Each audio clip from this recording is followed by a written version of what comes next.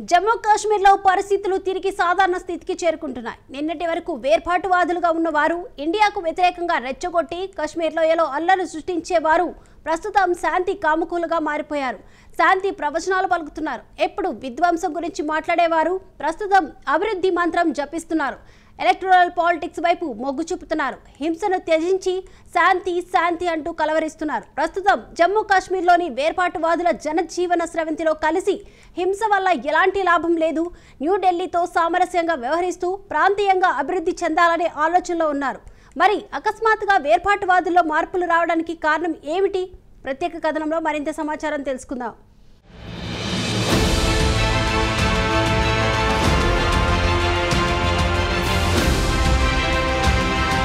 జమ్మూ కాశ్మీర్ను కొన్ని దశాబ్దాల పాటు తమ గుప్పెట్లో పెట్టుకుని వేర్పాటువాదులు ఎంత భ్రష్టు పట్టించాలో అంతా పట్టించారు. దీనికి పొరుగున ఉన్న పాకిస్తాన్ అక్కడి నుంచి టెర్రరిస్టులను పిలిపించి జమ్మూ కాశ్మీర్లో భద్రతా దళాలను లక్ష్యంగా చేసుకుని దాడులు చేసింది. ఇక కాశ్మీర్లో కశ్మీరీ పండిట్లను బలవంతంగా వెళ్లగొట్టారు. వారి ఇళ్లను, వారి ఆస్తులను, భూములను స్వాధీనం చేసుకుని కశ్మీర్ నుంచి వెళ్లగొట్టారు.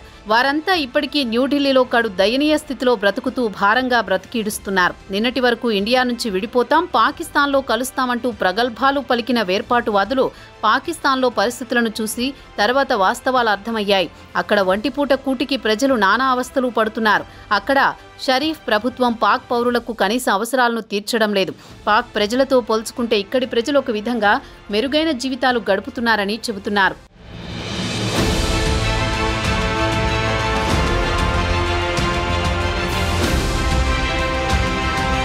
ఇక కేంద్రంలోని మోదీ సర్కార్ 2019 ఆగస్టులో కశ్మీర్ స్వయం ప్రతిపత్తి కల్పించే ఆర్టికల్ 370ని రద్దు చేసింది.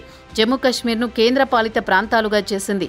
దీంతో జమ్మూ కాశ్మీర్ ఇండియన్ యూనియన్లో కలిసిపోయాయి.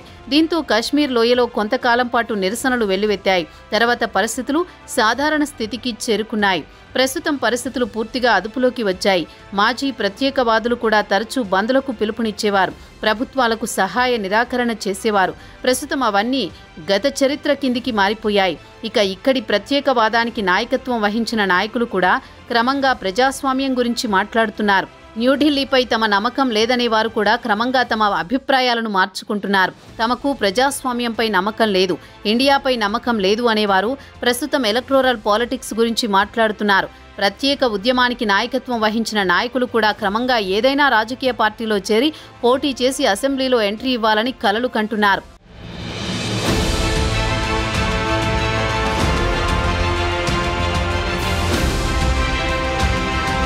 ఇక వేర్పాటువాద నాయకుల ఆలోచన ధోరణిలో పూర్తిగా మార్పు కనిపిస్తోంది. కేవలం ఎన్నికల్లో పోటీ చేయడమే కాక జాతీయ పార్టీలతో పొత్తు పెట్టుకుంటూ ఉత్సాహం చూపుతున్నారంటే ప్రస్తుతం జమ్మూ కాశ్మీర్ పొలిటికల్ స్క్రిప్ట్ పూర్తిగా మారిపోయినట్లే అని చెప్పుకోవచ్చు. దశాబ్ద కాలం పాటు బాయ్కాట్లు, బారికేడ్స్తో పాటు న్యూఢిల్లీతో తరచూ కయ్యానికి కాలు దువ్వేవారు కూడా ప్రస్తుతం తమ పంథాను పూర్తిగా మార్చుకున్నారు.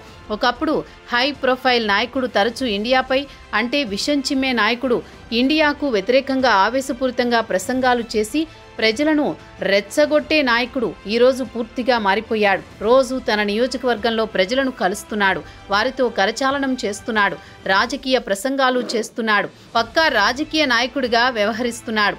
ఒకప్పుడు ఇలాంటి నాయకులే ప్రజాస్వామ్యం మిథ్యా, తాము బ్యాలెట్ను నమ్మమంటూ తీవ్రంగా వ్యతిరేకించిన వారు. ప్రస్తుతం వీరి ఆలోచన ధోరణి పూర్తిగా మారిపోయింది.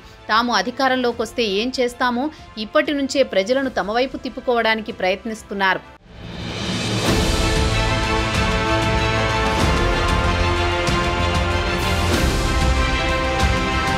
అయితే జమ్మూ కాశ్మీర్లో 2019 ఆగస్టు 5న ఆర్టికల్ 370ని రద్దు చేసిన తర్వాత నుంచి పరిస్థితులు పూర్తిగా మారిపోయాయి. జమ్మూ కాశ్మీర్కు ఇచ్చే ప్రత్యేక హోదాను కేంద్ర ప్రభుత్వం రద్దు చేసింది. దీంతో భారత రాజ్యాంగం జమ్మూ కాశ్మీర్కు వర్తింపజేసింది. ఇక కేంద్ర ప్రభుత్వం క్రమంగా తమ ఫోకస్ను జమ్మూ కాశ్మీర్పై పెట్టింది.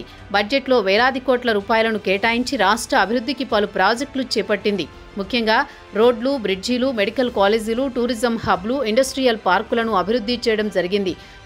చూస్తూనే గత 6 సంవత్సరాల్లో జమ్మూ కాశ్మీర్లో విప్లవాత్మకమైన మార్పులు చోటు చేసుకున్నాయి. రాష్ట్రం రూపురేఖలు మారిపోయాయి. ఇక కశ్మీర్లో పెద్ద ఎత్తున ప్రాజెక్టులు రావడంతో అక్కడి ప్రజల జీవితాలు కూడా మారిపోయాయి. వారికి ఉపాధి లభించడం మొదలైంది. ప్రజలకు న్యూఢిల్లీపై నమ్మకం కుదిరింది. అప్పటి వరకు కేంద్ర ప్రభుత్వంపై అనుమానంతో చూసేవారు కూడా తమ ఆలోచనను మార్చుకున్నారు.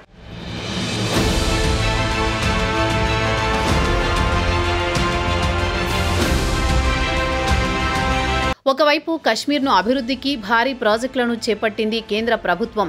దాంతోపాటు భద్రతను కూడా పటిష్టం చేసింది. దీంతో క్రమంగా లోయలో హింస కూడా తగ్గుముఖం పట్టింది. ప్రజలకు ప్రభుత్వంపై నమ్మకం కుదరడంతో ప్రజలు కూడా ఇళ్లలోంచి బయటకొచ్చి అభివృద్ధిని చూడసాగారు. వాస్తవాలు కళ్లకు కనిపిస్తుంటే నిరాకరించలేదు కదా.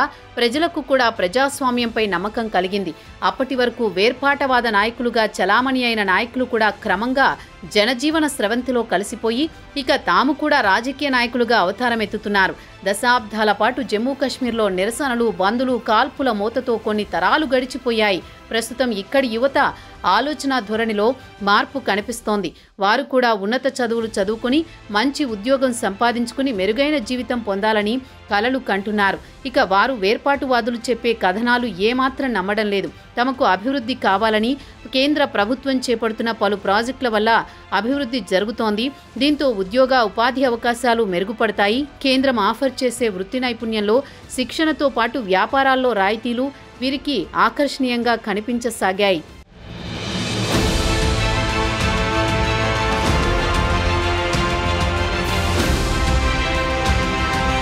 అయితే కొన్ని దశాబ్దాల నుంచి పరిష్కారం కాని సమస్యలను పరిష్కరించే వరకు పరిస్థితులు చక్కబడ్డాయని భావించరాదని కొంతమంది క్రిటిక్స్ తమ వాదనను వినిపిస్తున్నారు. రాత్రికి రాత్రి కేంద్ర ప్రభుత్వాన్ని నమ్మాలంటే ఎలా అని నిలదీస్తున్నారు. అయితే మాజీ వేర్పాటువాదులు మాత్రం క్రమంగా ఎలక్టోరల్ పాలిటిక్స్లోకి ఎంట్రీ ఇవ్వడానికి సిద్ధంగా ఉన్నారు.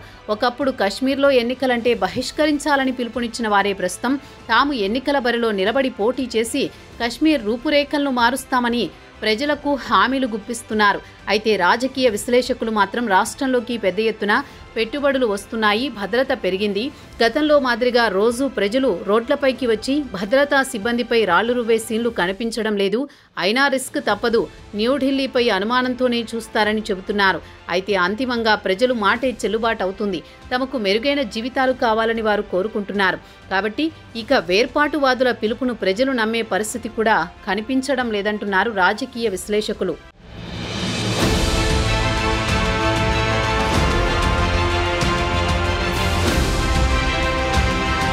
ఇక కేంద్ర ప్రభుత్వంపై ఇక్కడి ప్రజలు ఆశలు పెట్టుకున్నారు. కశ్మీర్ను ఆర్థికంగా అభివృద్ధి పథంలో తీసుకుపోతామని హామీ ఇచ్చింది. ఆ హామీని కేంద్ర ప్రభుత్వం చివరి వరకు నిలబెట్టుకోవాల్సి ఉంది. ఇక సాధారణ పౌరుడు కూడా రాజకీయ నాయకులను తమకు అభివృద్ధి కావాలి, ఉపాధి కావాలి, భద్రత కావాలని నిలదీస్తున్నాడు. ఇక్కడ ప్రజల్లో కూడా గణనీయమైన మార్పులు కనిపిస్తున్నాయి. తమకు సేవలు అందకపోతే రాజకీయ నాయకులను ప్రశ్నిస్తున్నారు. ఒకప్పుడు భారత ఎన్నికలు చట్టవిరుద్ధమైనవిగా తోసిపుచ్చిన వ్యక్తులే ప్రస్తుతం ఎలక్టోరల్ పాలిటిక్స్లో చేరి తమ రాజకీయ భవిష్యత్తును వెతుక్కోవాల్సిన పరిస్థితి ఏర్పడింది. ఒకప్పుడు జమ్మూ కశ్మీర్లో మీర్ వైజ్ తన ఆవేశపూరిత ప్రసంగాలతో కశ్మీర్ ప్రజలను రెచ్చగొట్టేవాడు. ప్రస్తుతం ఆయన శాంతి ప్రవచనాలు వల్లెవేస్తున్నాడు. హింస వద్దు అంటున్నాడు. హింసతో సమస్యలు పరిష్కారం కావని, చర్చల ద్వారా సమస్యను పరిష్కరించుకోవాలని చెబుతున్నాడు. ప్రస్తుతం జమ్మూ కశ్మీర్ నుంచి ఎన్నికైన 3 పార్లమెంటు సభ్యులను ఆయన ప్రశంసలతో ముంచెత్తుతున్నాడు. ఇక్కడి సమస్యలను ఆయన పార్లమెంటు దృష్టికి తెచ్చి పరిష్కరిస్తున్నారని అన్నాడు. అయితే అకస్మాత్తుగా ఆయన హింసను పక్కన పెట్టి శాంతి ప్రవచనాలు పలకడంతో యావత్ దేశం ఆశ్చర్యపోయింది. జాతీయ మీడియాలో దీనికి సంబంధించి మంచి కవరేజ్ లభించింది.